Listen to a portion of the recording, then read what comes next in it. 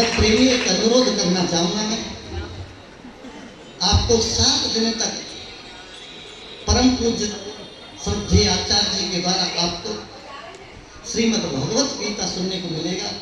भागवत कथा उसे आप श्रद्धा और विश्वास के बिना किसी व्यसन के सुनने का प्रयास करेंगे। कथा में आगे मैं कह रहा हूँ जीवन भर कुछ मत छोड़ो, सुनते नहीं, छोड़ने की जरूरत नहीं, लेकिन 7 दिन संयम से रह करके कथा सुनने की जरूरत है। ये अवसर मिला है इसलिए, नहीं तो नहीं। इन 7 दिनों में जिस व्यक्ति श्रीमद् भगवत कथा प्रांगण में रह करके संयम से एक स्थान पर और 7 दिन तक अगर कथा श्रवण किया हो, शुरू से आए और अंत में जाए, तो गारंटी हम जैसे महात्मा देते हैं 7 दिन में नहीं तो अगले 7 बार में आपका निश्चित रूप से कल्याण हो जाए।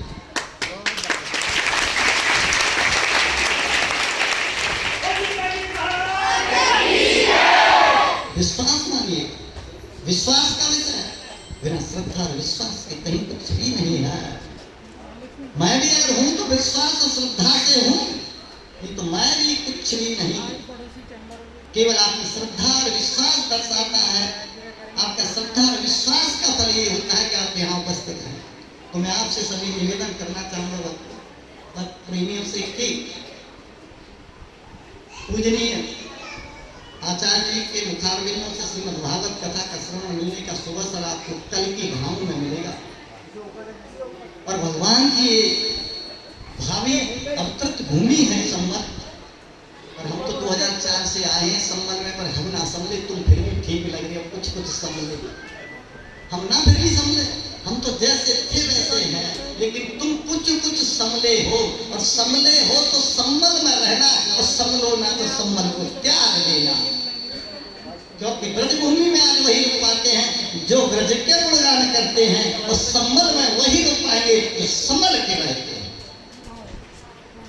और जो संबल में रहना चाहता हो और संबल के ना रहना चाहे, तो मुझसे सुन लो, तो संबल में नहीं टिक सकता।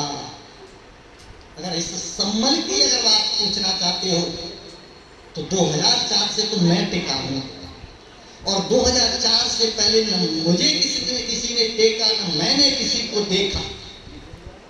मैं भी कहीं नहीं रुका, लेकिन कहते हैं कि भगवान की असीम कृपा है कि जहां भगवान का वचन दिया हो वो मिथ्या कैसे हो। स्वयं भगवान ने कहा कि संबल नगरी में आऊंगा, और संबल नगरी में आप पहले से आए, तो कहते हैं कि कथा में जो पहले से आए भगवान कथा का भक्त होता है, और बाद में जाए वो भक्त होता है, और लेट आए और जल्दी जाए वो तो आपत की पुड़िया होता है। अंतोगताई की बात कहना चाहूँगा भगवत प्रेमी, देखो आप माता रानी, मैं आपका आभार व्यक्त करता हूँ। आपने बहुत पसंद किया, और मेरी ये जिम्मेदारी बनती है, ये मेरा धर्म बनता है, ये मेरा कर्तव्य बनता है, ये मेरे साधु बनने से जन्मभूमि और माँ बाप को, भाई बहन को त्यागने के कारण ये मेरा परिपक्व अधिकार बनता है आप पर कि मैं आपको सतमार्ग पर चलाने के लिए सर्वस्व त्याग करके आपकी सेवा में लगा रहा हूँ आजीवन। एक दिन बोला सतगुरुदेव भगवान की।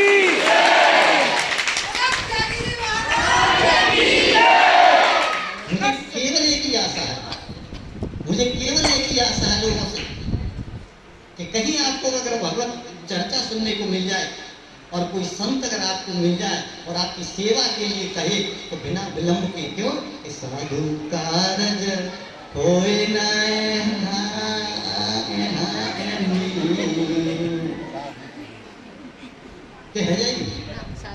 साधु के कार्य में किसी व्यक्ति को कभी हानि नहीं होती, और अगर नहीं हो सकती तो ये श्रद्धा और विश्वास का विषय है, ये कॉमर्शियल नहीं है। तो के लाओ हमने सेवा करी तो फिर वैसे हम भी ऐसे आए वैसे ना आए।